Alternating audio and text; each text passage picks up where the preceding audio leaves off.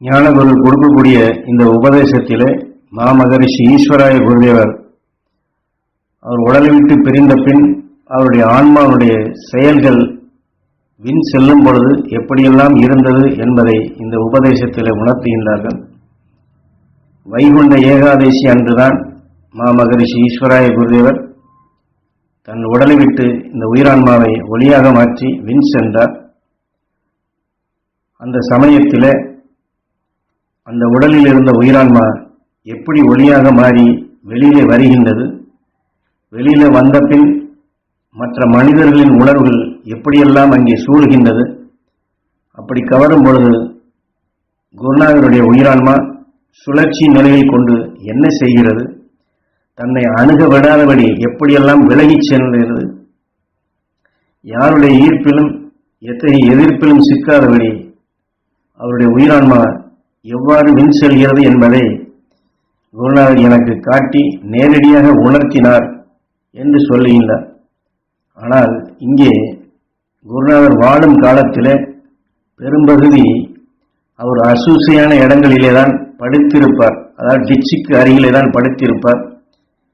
ஒரு குளிர்காலமோ இது போன்ற ஒரு சூழ்நிலைகளோ அவரை போர்த்திக் கொள்ள ஒரு வேஷ்டியோ மற்றதோ எடுத்து கொடுத்தோம் என்றால் அதையெல்லாம் கட்டுவதற்கு பதிலாக கிழித்து காலிலையும் கையிலையும் கட்டிக்கொண்டு, பாருடா எவனோ கிழித்து விட்டான் என்பார்.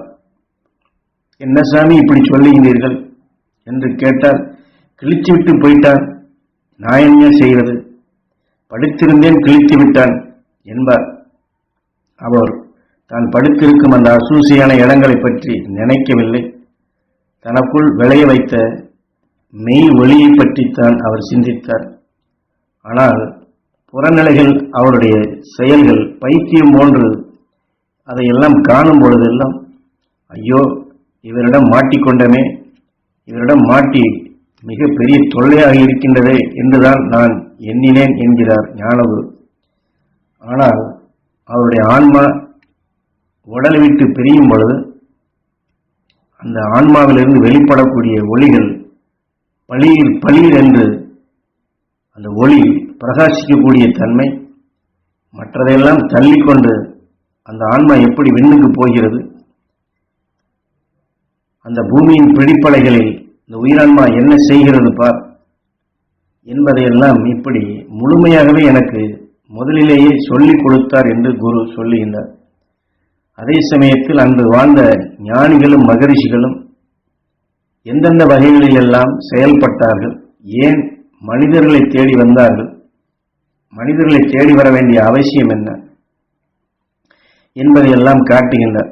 காரணம், உடலை விட்டு ஆன்மா பிரிந்தாலும் கூட அந்த வலுவின் தன்மை கொண்டு பூமிக்குள் வராது தடுத்தாலும் அந்த உணர்வு கொப்ப விழுதாக இருந்து பூமியிலிருந்து அந்த ஆன்மாவை உந்தி விண்ணுக்கு தள்ள வேண்டும்.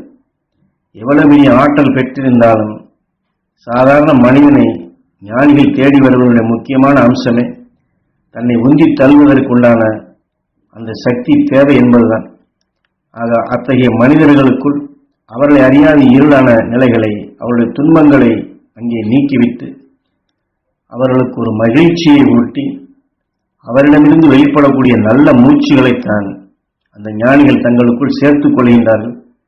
ஒருவர் துன்பப்படுகின்றார் என்றால் இந்த ஞானி அவன் கஷ்டப்பட்டு பச்சிலைகளையும் மூலிகளையும் எடுத்து அவனுக்கு கொடுத்து அவனுடைய நோய்களை நீக்கி அவன் சந்தோஷப்பட வேண்டும் என்று செய்தார்கள். ஆனால் அப்படி கொடுப்பதற்கு அவர்கள் காசும் வாங்கவில்லை, வேற எதுவும் வாங்கவில்லை. துன்பப்படுகிறான் என்றாலே அவனுக்குள் நிவாரணமாகும் அந்த உயர்ந்த சக்தியை பாய்ச்சி அங்கே துன்பமான உணர்வுகளை நீக்கிவிட்டு மெய் ஒளியின் சுடராக பெருக்கச் செய்து மகிழ்ச்சியான எண்ணங்களை அங்கே தோற்றுவிக்க செய்து மருந்தை கொடுத்து நோயை நீக்கி இப்படித்தான் சந்தோஷப்படுத்தினார்கள். அப்பொழுது அந்த சந்தோஷப்படுபவர்கள், இந்த மகான் இங்கே வந்தார், எனக்கு நல்லது செய்தார் என்று எண்ணத்தை ஏங்க வைத்து அதை ரசித்து தனக்குள் எடுத்து அதன் வழிதான் அவர்கள் விண் சென்றார்கள்.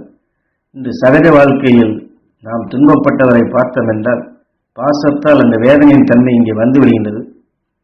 அது மட்டுமல்ல, பிடிக்காதவர்களோ மற்றவர்களோ எண்ணிவிட்டால் அசுரத்தனமான நிலைகள் கொண்டு கிடக்கட்டும், அவெல்லாம் அனுபவிக்க வேண்டும் என்று எண்ணினால் அந்த முரட்டுத்தனமான உணர்வுகள் இங்கே விளைந்து அவனைப் போன்று நாமும் சிக்கும் நிலையே வருகின்றது, அதில் அடிபடும் நிலை வருகின்றது. ஆகவே அது போன்ற நிலைகள் எல்லாம் இல்லாதபடி ஞானிகள் காட்டிய வழியிலே மெய்ஞானிகள் அந்த துன்பப்பட்டவனுக்குள் இருக்கும் விஷத்தின் தன்மையை போக்கி மகிழ்ச்சியூட்டும் உணர்வின் தன்மை அவனுக்குள் விளைய வைத்து அந்த உணர்வின் ஆற்றலை தங்களுக்குள் பெருக்கி அதைத்தான் வளர்த்து கொண்டார்கள். அதைத்தான் நமக்குள்ளும் வளர்க்க வேண்டும்.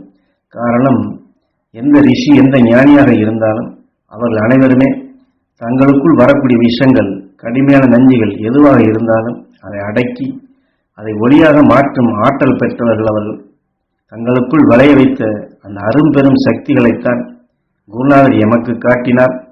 அந்த சக்திகளைத்தான் உங்களுக்குள்ளும் சிறுக சிறுக ஊட்டி அந்த அருள் பாதையினை உங்களுக்கு வகுத்து கொடுத்து கொண்டிருக்கின்றோம். ஆக நமது குருநாதர் இங்கிருந்து எப்படி யாருடைய ஈர்ப்பிலும் எத்தகைய எதிர்ப்பிலும் சிக்காது அவருடைய ஆன்மா பளிர் பளிர் என்று ஒளியான உணர்வுகளை உமிழ்த்தி கொண்டு நேரடியாக வின் சென்றதோ அந்த ஆற்றலை ஒவ்வொருவரும் பெற வேண்டும் என்ற ஆசையிலே தான் அந்த நிலைகளை இங்கே வெளிப்படுத்தி காட்டுகின்றோம். குருநாதர் எனக்கு நேரடியாக காட்டியதைத்தான் உங்களுக்குள்ளும் உணர்த்தி அந்த வின் செல்லும் மார்க்கமாக உணர்த்தி கொண்டு வருகிறேன் என்று ஞான குருவிலே நமக்கு உணர்த்துகின்றார்கள்.